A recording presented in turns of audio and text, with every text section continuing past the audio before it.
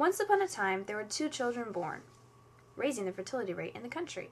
Their individual parents had been waiting a long time for them, planning much investment into their hopeful futures. Their actual investment turned out to be much more because when they saw their children's beautiful faces, they couldn't help not getting them every toy they laid eyes on. The demand raised by these angelic additions to the family was so great it took a sad toll on the amount of money saved from their income, and added to the sunk cost of their parents had calculated, it was a high amount.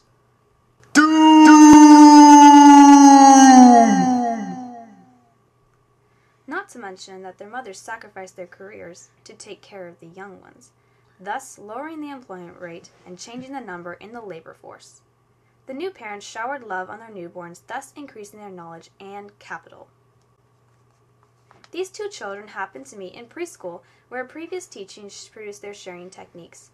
Although the cost their parents had put into them rose, as diapers prices were raised and its complementary good, wipes were still too little for too much.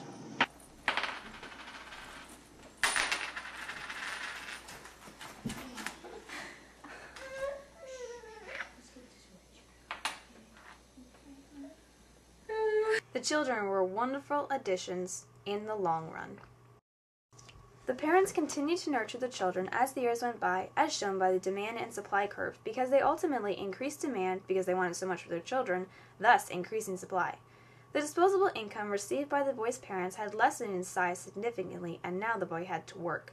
Even though he made minimum wage, it increased efficiency of the economy and the rate at which people consumed, which produced more money and more products. On the other hand, the girl was learning economics and was saving money just in case she might need it in the future. She looked for a job too, but because she couldn't find any to her taste, the discouraged worker effect increased the level of unemployment. Then he fell in love. She caused him to affect the change in business inventories because he bought so much stuff, creating an excess demand for nice Belgian chocolate, which thereby increased country's transactions, affecting balance of payments. He was also introduced to queuing. Because of deflation, he could buy her a nice Christmas gift, but because of inflation, he had to stop buying her daily Starbucks. Then prom came along, which rose her spending a ton as she had to look expensively nice for her gorgeous date. Her 30 hours as opposed to his 30 minutes of prep paid off. Get it? Paid off. Anyways, as they looked amazing for their $65 each JSB dinner. And their lives began at graduation. All of the money their parents invested in their education and the capital, knowledge they gained to use in their future professions was hopefully not wasted as they joyfully went to college on their parents' money. Again. So she went to the East Coast and he went to the West Coast, and let's just say that his trips caused American Airlines to increase their capital, American Airlines to decrease their suppliers' inventory, and the demand for oil to increase around the world.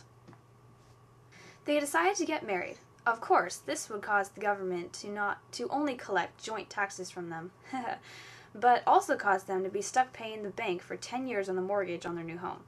Also, as some little people will be coming along soon, the added cost of living would increase expenditure. But of course, no one thinks of this on their wedding day. Congrats! And the cycle began again. The circle of life. Once upon a time, there were 2 children born, raising the fertility rate in the country. Their individual parents had been waiting a long time for them, planning much investment into their hopeful futures. Their actual investment turned out to be much more because they saw their children's beautiful faces, they couldn't help not getting every toy they laid eyes on. The demand raised by these angelic additions to the family was so great, it took a sad toll on the amount of money saved from their income. Yeah, their kids got married and moved away. When he finally retired at 87, he continued to receive transfer payments from the government, which decreased the amount the government could spend on other frivolous things. Also, their children decided not to create jobs in nursing homes and took turns paying for one good dinner a month. The happy old couple had raised good children and knew they would live happily ever after. Until they died, when the funeral homes started bringing in the big bucks. But the true love they shared during their lifetime? Priceless.